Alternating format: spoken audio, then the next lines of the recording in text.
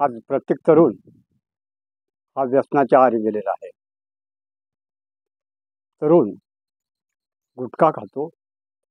गुटखा खाता खाता मग त्याला झटका येतो, म्हणजे हृदयविकाराचा झटका.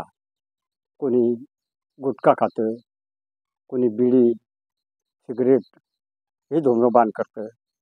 कारण बिडी, सिगरेट तर एवढं आज नवतरुणांच्या प्रचलित झालं, म्हणजे नवतरुण त्याच्या एवढे आहारी गेले की गणपतीशिवाय तोड नाही, गणपतीशिवाय सोड नाही आणि बिडीशिवाय तोड नाही, अशी जरी म्हण आणली तरी मला वाटतं वावगं होणार नाही.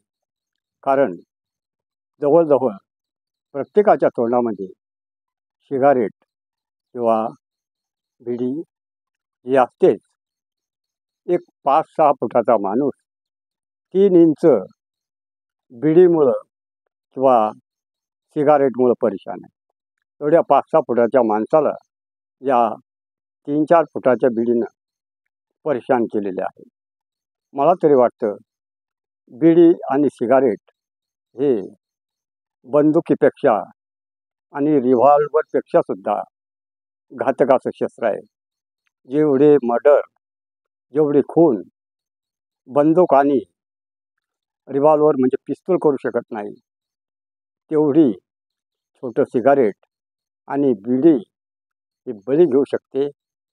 कारण तुम्हाला माहीत असेल की धूम्रपानामुळं मरणाराची संख्या ही जगात सर्वात जास्त आहे.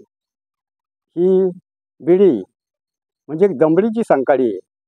किंमत काही जास्त नाही, पण लाख मोलाचं शरीर आहे. ती दमडीची संकाळी ही परमेश्वरानं दिलेली आपल्याला लाख मोलाची इस्टेट ती जाळून टाकत असते.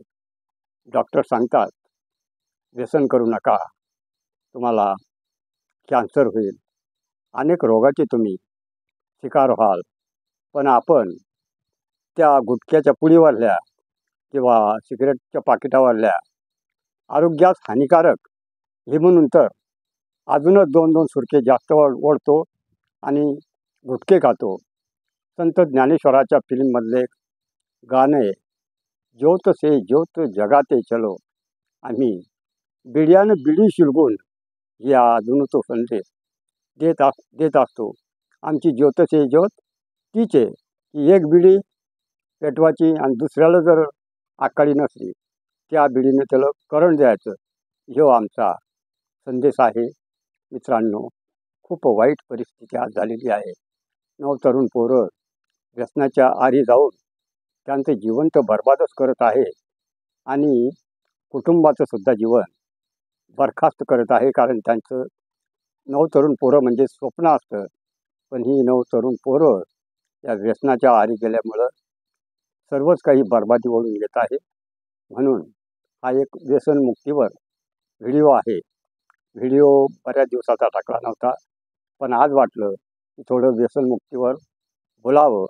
म्हणून तुम्हाला जर हा व्हिडिओ आवडला तरी एक आरोग्यविषयक व्हिडिओ आहे, इतर ठिकाणी शेअर करा, कमेंट करा आणि व्हिडिओ आवडल्यास तुमच्या कानडजेच्या चॅनलला सबस्क्राईब करायला विसरू नका. धन्यवाद.